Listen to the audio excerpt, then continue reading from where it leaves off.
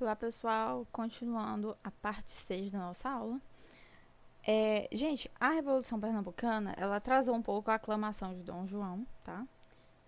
Que é o processo lá dele ser coroado e tudo mais. Mas depois que ela passou, finalmente Dom João VI vai ser aclamado.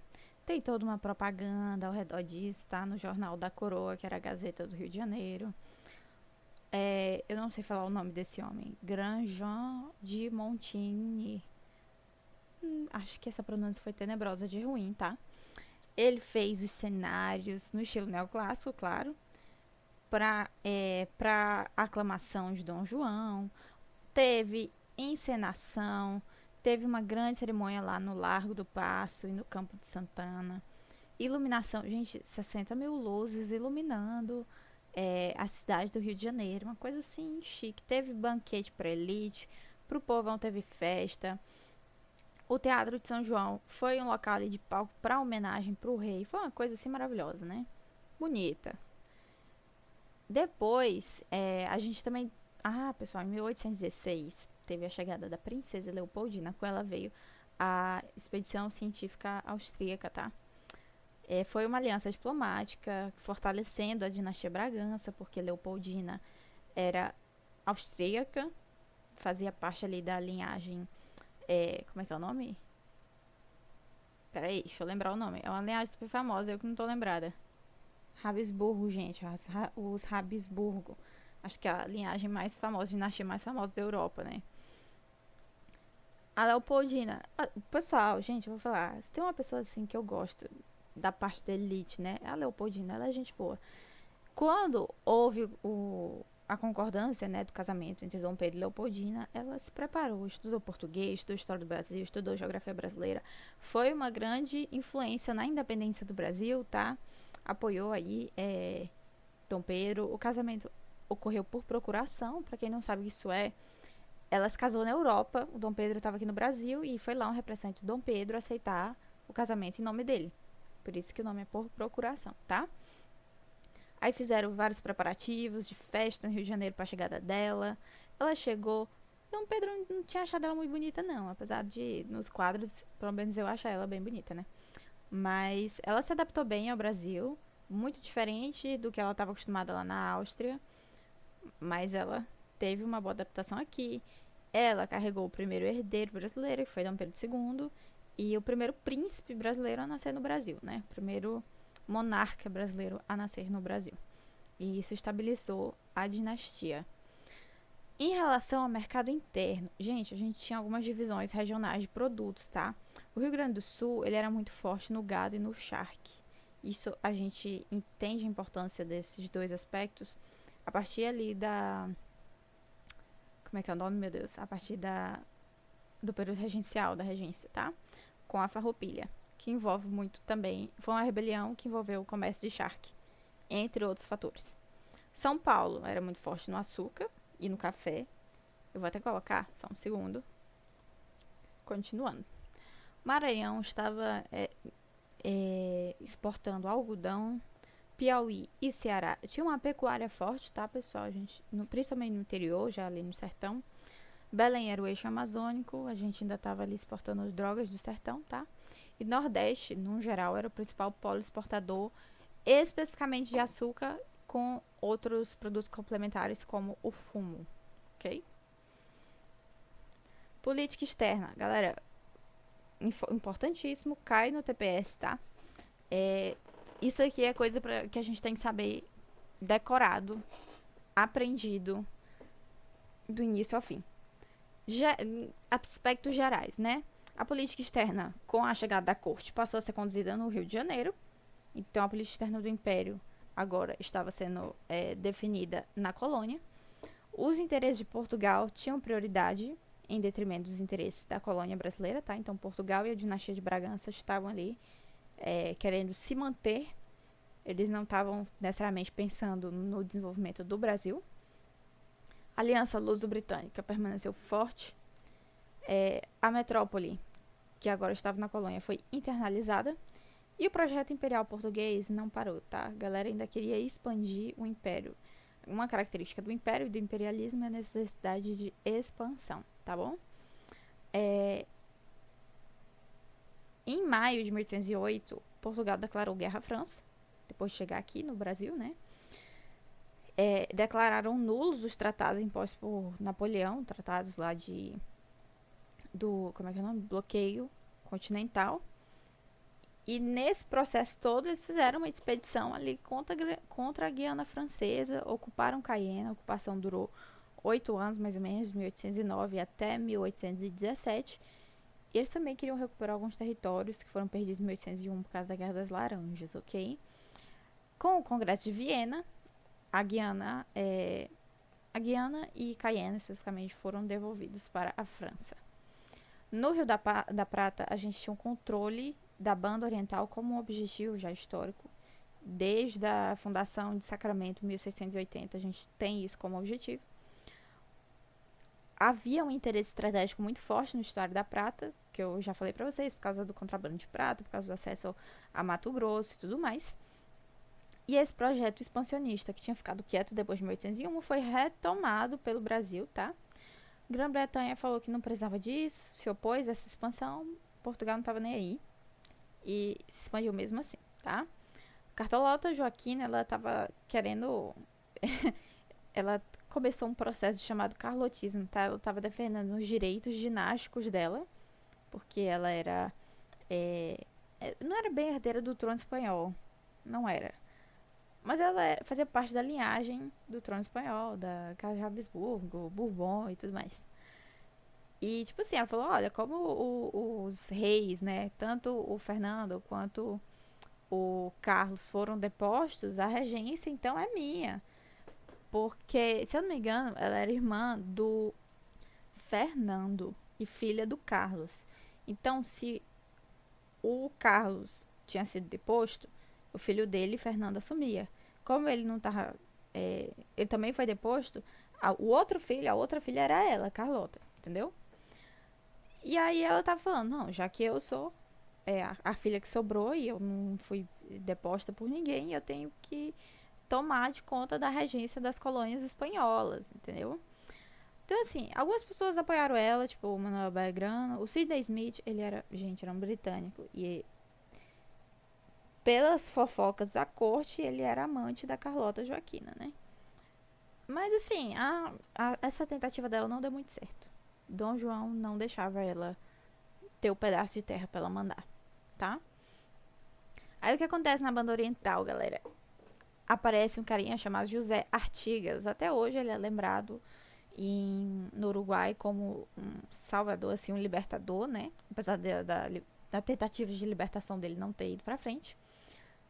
Mas ele atuou na Banda Oriental, buscando a independência do Estado Oriental, do Uruguai, tá? Ele tinha um plano aí de redistribuição de terras. Em 1815 formou a Liga Federal. Ele expandiu esse projeto até para a Argentina e liderou um movimento popular e até radical, sabe? Era a favor do fim da escravidão e tudo mais, para buscar a independência do Uruguai. Em 1820 foi derrotado, se exilou, morreu em 1850, longe do Uruguai, ok? Em 1814, tem oficialmente o fim das guerras napoleônicas. O fim certeiro mesmo é 1815, porque Napoleão ainda tenta voltar e tem a batalha de Waterloo e não dá certo, enfim. Mas 1814 é quando realmente acaba aquele intento expansionista de Napoleão. A corte portuguesa tem mais autonomia, né? Agora não tava mais só ela e a Inglaterra no jogo do bicho, agora tinha o resto da Europa, então ela podia negociar com outros países. Começou a querer botar banca pros britânicos, falando, ei, pronto, não tem mais Napoleão pra me assustar. Agora você não precisa mais me proteger, entendeu? Começou a recusar o monopólio dos vinhos, que era só ela que vendia vinho e tudo mais. Resistiu a proibir o tráfico negreiro. Falou, não, vamos findar o tráfico agora, não. Strangford sai do Brasil em 1815, finalmente, o homem vai embora, volta pra Inglaterra, de onde ele nunca deveria ter saído. E aí, só que aparece um outro inimigo. Quando não era a França, agora é outro. As Províncias Unidas do Rio da Prata. Em 1816 acontece oficialmente a independência com o Congresso de Tucumã, um processo que estava aí acontecendo desde 1810, tá, na Argentina. E Já que era uma ameaça expansionista, tá? As províncias do Rio da Prata, gente, eram não é só o território que a gente tem hoje da Argentina, ela tinha um objetivo de expandir e conquistar, naquela época, os territórios que atualmente são Uruguai, Paraguai e Argentina, um pouco do Chile, até um pouco da Bolívia, entendeu? Por causa dessa ameaça territorial expansionista, Portugal intervém novamente na banda oriental. Não só esse processo expansionista, mas eles estavam com medo de Artigas chegar e falar: não, vou me aliar aqui às Províncias Unidas do Rio da Prata. E tipo assim, aconteceu uma anexação do Uruguai, da Cisplatina, nas Províncias Unidas. E aí, então, o Portugal ocupa Montevidéu em 1817, derrota Artigas depois de uns anos de luta. Artigas é exilado no Paraguai. Inclusive, galera, nessa época o Paraguai estava super fechado. Então ele foi para um país onde quase ninguém tinha acesso. O Paraguai era, nessa época, o que hoje a gente pode dizer, com nuances consideradas, que hoje é a Coreia do Norte, tá? Quando a gente estudar a história mundial, a gente vai ver o porquê disso. Teve o Congresso de Viena em 1815, né? Portugal teve uma participação muito limitada nas reparações de guerra foram pagas, né, pela França. Não conseguiu recuperar a Olivença. Teve uma promessa diplomática de tentativa de recuperação futura. Mas a Grã-Bretanha falou: não, vamos lutar assim pelo direito. Portugal não lutou, gente. Falou: vamos apoiar aqui até ali. Não foi, ok?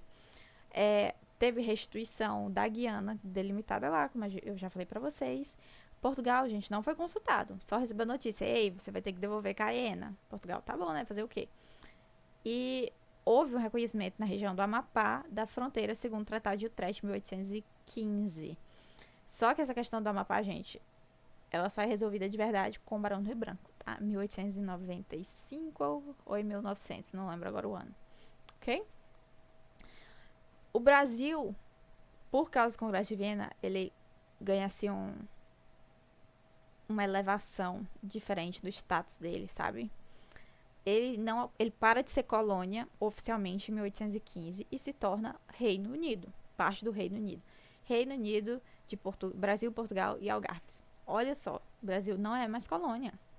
Essa proposta, ela tá ali associada a Talleyrand, não sei falar o nome dele. Ele era a parte francesa nas negociações do Congresso de Viena, tá? Outros países reconhecem isso. Isso é basicamente consolidar alguma coisa que já existia, porque a coroa estava no Brasil, não estava em Portugal. E agora o Brasil, ele não mais estava numa posição de submissão aos desígnios da coroa portuguesa, mas sim numa posição em que ele fazia parte do reino. Então ele tinha agora a sua autonomia, tutelada, outorgada, chancelada a partir dessa elevação, tá? Isso é muito interessante. Se a prova falar que o Brasil só deixou de ser colônia em 1822, a prova está errada, tá? A questão está errada, porque o Brasil deixou de ser colônia oficialmente em 1815. Com o Congresso teve declaração sobre tráfico, que era a abolição do tráfico de escravos no norte do Equador, né? Para baixo do Equador terra livre, liberalizado, podia traficar o tanto que quisesse. Norte não. Também Portugal e Espanha estavam sofrendo pressão britânica, porque eram colônias que estavam traficando escravos. A Grã-Bretanha recebeu 30 mil libras de indenização por causa disso. Gente, isso é muito dinheiro, porque ela estava parando, né, os navios no meio do mar e tinha guerra e tudo mais. Então tiveram que pagar indenização para a Grã-Bretanha. E Portugal proibiu o tráfico ao norte do Equador. De novo, ao sul, liberalizado. Fazia o que quisesse. Norte, não podia. Ok? Em 1817, houve uma convenção que assegurou à Grã-Bretanha o direito de repressão internacional do tráfico negreiro, tá? Então, navios britânicos poderiam visitar outros navios que encontrassem no meio do mar e buscar, ir atrás de outros navios, tá? Tribunais mistos foram criados, que eram tribunais com pessoas de diferentes localidades que estavam localizadas principalmente na costa africana, não tinha um tribunal misto no Brasil. E eles julgavam casos de tráfico, ok? E assim, tinha uma promessa de reciprocidade, que outros países também podiam fazer isso, mas só fez isso a Grã-Bretanha, tá? Deixa eu ver o que mais que temos pra hoje. Gente, é muito assunto, muito detalhe. Espero que pra você esteja claro, mas é muita coisa que se mistura. Muitos assuntos que eles estão engatados um no outro, tá? É normal uma confusão inicial. Quando eu estava estudando, eu fiquei confusa, só aquele meme da Nazaré. Mas assim, com o tempo a gente pega, tá? Deixa eu ver o que mais. Eu não vou falar tanto disso aqui, porque isso aqui eu já falei. Mas uma coisa que a gente tem que saber é que haviam dois tipos de relações brasileiras no âmbito de política externa: relações assimétricas e as relações simétricas. As assimétricas envolviam praticamente Portugal e Inglaterra e Portugal e países da Europa, por causa da dependência de Portugal, política militar e comercial, entendeu? Porque a Inglaterra conseguiu concessões comerciais, porque Portugal dependia da Inglaterra para comércio, por causa do Tratado de Metuem e tudo mais. Relações simétricas eram relações em que Portugal estava assim em nível de igualdade ou até nível de vantagem, relativamente falando, com os países. No caso, é basicamente Portugal e o Rio da Prata. São essas as relações que a gente tem que considerar e colocar como exemplos numa possível segunda fase que fale disso, tá? Portugal e Espanha estavam brigando pela banda oriental. Portugal tinha interesse na região platina. Buscava compensações territoriais, buscava terra, buscava dinheiro, buscava tudo. E se aproveitou da crise espanhola para tentar aumentar seu território, tá? No período joanino, a gente também teve uma coisa chamada política externa dinástica, que significa uma política externa que defendia a dinastia, a defesa dos interesses da Casa de Bragança na Europa, a garantia de que Portugal era um reino comandado pela dinastia de Bragança, entendeu? Teve a guerra contra a França como uma forma de vingança política, porque eles tiveram que ser exilados quase que de Portugal, ocuparam a Guiana Francesa, expandiram o território, considerando a lógica ginástica, o direito deles sobre o território, por exemplo, da banda oriental. Então, assim, isso é muito forte e fica muito forte também no primeiro reinado. E uma coisa que é interessante é a gente saber o que foi a diplomacia do Brasil. Não a diplomacia de Portugal no Brasil, mas a diplomacia brasileira, única e exclusivamente brasileira. O início dela foi com a Revolução Pernambucana. Por quê? Porque os revolucionários de Pernambuco entraram em contato com Washington e com Londres para reconhecer a independência e o governo de Pernambuco como um governo soberano. Então, é aqui que a gente tem o surgimento de uma diplomacia brasileira, não uma diplomacia portuguesa, não uma diplomacia do Reino Unido, Brasil, Portugal e Algarves, uma diplomacia do Brasil. É com a Revolução Pernambucana, tá? E aqui é isso que demonstra os primeiros sinais da autonomia política brasileira. Legal, né? Eita, gente, assunto que cai na prova com detalhes, que já caiu muito, principalmente na banca do IEADS. IEADS? Não.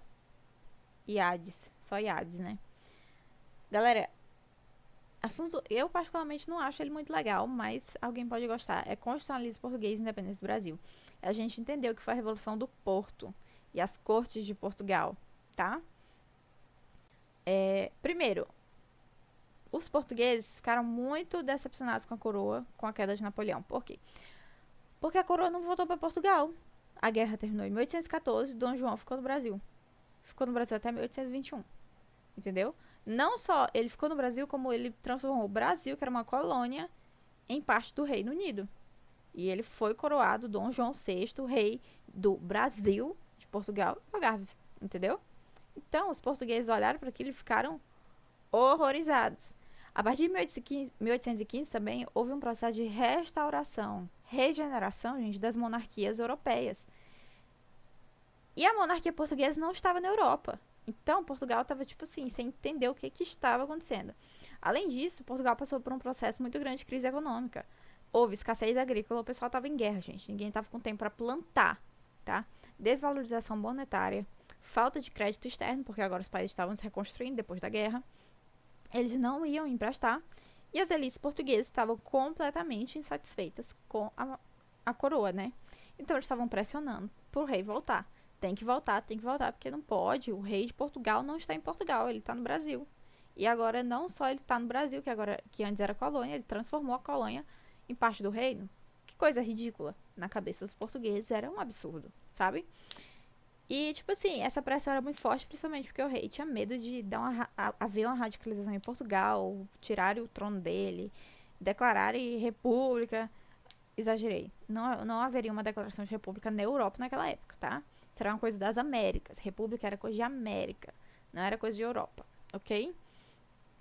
E aí, gente, o que aconteceu? Depois de muitos anos de insatisfação, na cidade do Porto houve uma revolução liberal. Começou no Porto, gente, não começou em Lisboa. Se alguma questão do TPS falar que a Revolução do Porto começou em Lisboa, tá errado. São cidades diferentes, tá?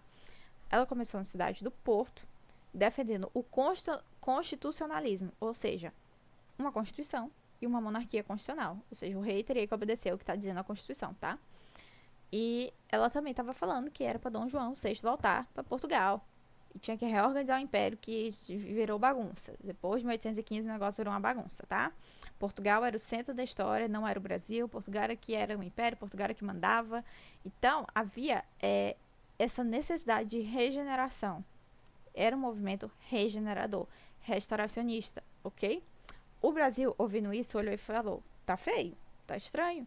Por quê? Porque eles perceberam que Portugal estava querendo mandar de novo neles e estavam com medo do Brasil perder a autonomia que ele tinha conquistado depois de aguentar a corte lá no Rio de Janeiro durante esses 7 anos que eles ficaram, de 1808 a 1807 não, né?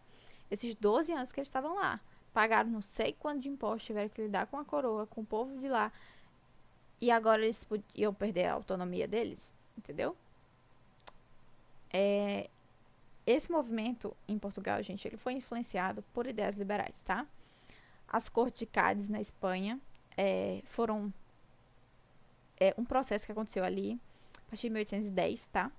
Não durou muito tempo, gente. Tem questão de TPS falando que durou 2 décadas a Constituição de Cádiz. Não, durou coisa de, se não me engano, 2, 3, 4 anos, sabe? Porque o que aconteceu? Quando os reis espanhóis foram depostos, né? Espanha entrou lá em resistência, guerrilha contra a França e tudo mais.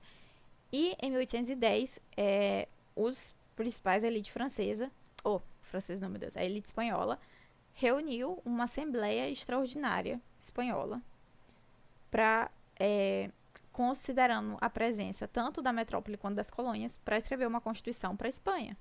Porque aí, quando o rei voltasse, a Constituição, ele ia voltar a ser rei numa monarquia constitucional e a Constituição ia limitar os poderes do rei. Entendeu? Essa Constituição defendia a soberania nacional, a soberania parlamentar, a separação dos poderes, combatia o antigo regime e as características do antigo regime.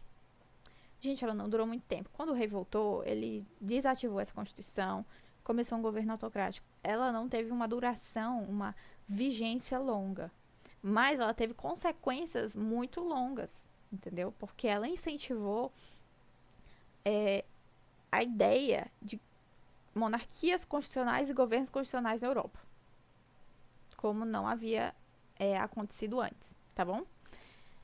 E aí, a Revolução Liberal do Porto foi influenciada pelas Cortes de Cádiz e ela estava ali querendo montar uma constituição com base nos ideais defendidos pela Constituição de 1812 da Espanha, ok? E em Portugal também houve difusão do liberalismo, do iluminismo. A galera leu bastante Rousseau, Montesquieu, Diderot. Pra quem não sabe, gente, Rousseau, ele era o cara da soberania popular, igualdade para todo mundo. Ele foi um grande influenciador da Revolução Francesa. Tava ali lutando pelo direito do povo. E Diderot era o cara que falou que... Peraí, eu vou conferir a informação, um segundo. Foi ele mesmo que falou assim: com a coragem do último padre a gente vai enforcar o último rei. Inspirado, eu acho que, se eu não me engano, foi inspirado em um outro padre da Revolução Francesa que virou ateu e falou que o homem só seria livre depois que o último rei fosse enforcado nas tripas do último padre, ou o último padre fosse enforcado nas tripas do último rei. Então vocês estão vendo que o negócio aqui era um nível diferente, né? A inspiração liberal era diferente. Além disso, a imprensa teve um papel muito grande para difundir essas ideias, tá? Tem o Correio Brasiliense, que era criado ali, dirigido pelo Hipólito da Costa de não sei o que lá, que rodava clandestinamente no Brasil. e era produzido em Londres. Também tem dois jornais portugueses, chamado Português e Campeão Português. Além disso, as sociedades maçônicas, elas cresceram bastante em Portugal e também no Brasil, tá? Por exemplo, Dom Pedro II era maçom, sabe? E fundaram um Sinédrio, era uma sociedade secreta, que foi fundada na cidade do Porto, onde teve a Revolução, em 1818. O movimento, ele era moderado, apesar disso tudo. Por que ele era moderado? Porque ele queria restaurar a monarquia. Só que a monarquia teria que ser uma monarquia constitucional. E eles eram fiéis à dinastia de Bragança e tudo mais. Mas assim, vários movimentos ali no movimento, né, na Revolução do Porto. A Revolução, ela ocorreu por um levante militar, em 1820. O campo de Santo Ovídio, que era uma praça, velho, lá na cidade do Porto, foi ocupado por tropas militares e eles formaram um governo provisório e convocaram as cortes. As cortes portuguesas seriam locais para se discutir o que ia na Constituição, né? E uma das principais defesas ali desse movimento era que a família real retornasse, tá? E a partir dessa iniciativa, criaram uma junta de governo. E as cortes tinham participação de nobres, de padres, militares, burgueses também, todo mundo. Isso aconteceu em agosto. No mês seguinte, em setembro, Lisboa aderiu ao movimento, tá? Então, de novo, a Revolução aconteceu no Porto, começou no Porto. Lisboa aderiu depois, ok? E o movimento, ele promoveu, assim, reformas administrativas e eleitorais, aumentando o acesso ao voto lá em Portugal e tudo mais. E convocaram cortes constitucionais, tá? As cortes portuguesas começaram a trabalhar no ano seguinte, em janeiro de 21, defendendo pontos como liberdade de imprensa, a elaboração de códigos civis e criminais, a abolição da Inquisição. Gente, Inquisição não foi um movimento medieval, às vezes a gente tem essa concepção. Foi um movimento, eu diria até que de contra-reforma, mas da sociedade moderna, coisa que aconteceu ali fim dos anos 1700 até início 1800, se eu não me engano, foi isso. Eu acho que vê isso em História Mundial, tá? Redução de ordens religiosas, diminuiu o poder, né, galera? Vamos focar agora no poder do Estado. Anistia a presos políticos que haviam defendido o iluminismo, criticado a coroa, tá?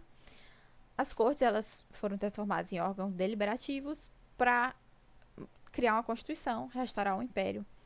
Imediatamente no Brasil, quem foi que aderiu às cortes? O Pará, a Bahia, acho que tem mais. Não, só Pará e Bahia. Posteriormente, outras províncias também aderiram, tá? No Brasil, o pessoal estava confuso em relação às cortes. Eles tinham uma parte que defendia que o rei voltasse. Tinha uma parte que defendia que Dom Pedro voltasse. Tinha uma parte que defendia que o rei ficasse, todo mundo ficasse. Tinha uma parte que falou, a gente querendo que quiser, o rei vai embora, entendeu? Então a gente tinha esses três partidos, português, brasileiro e democrata. O Partido Português, ele defendia a restauração colonial para voltar do jeito que era antes da chegada da corte, e era composto por militares, burocratas e comerciantes portugueses, tá? O Partido Brasileiro era defendido ali por proprietários rurais, financistas, e defendia a autonomia política da colônia, que nem era colônia mais, era Reino Unido. E o Partido Democrata, que era composto pelo clero e por funcionários públicos, queria que houvesse governos provinciais. Então, teria a província não diria nem província do Brasil, né, mas província de Pernambuco, de Minas, etc. Província de Portugal ia ser um reino nas duas margens do Atlântico, tá? Eu vou parar agora porque já tá dando 30 minutos de aula, tá, pessoal? E a gente volta já já na próxima aula.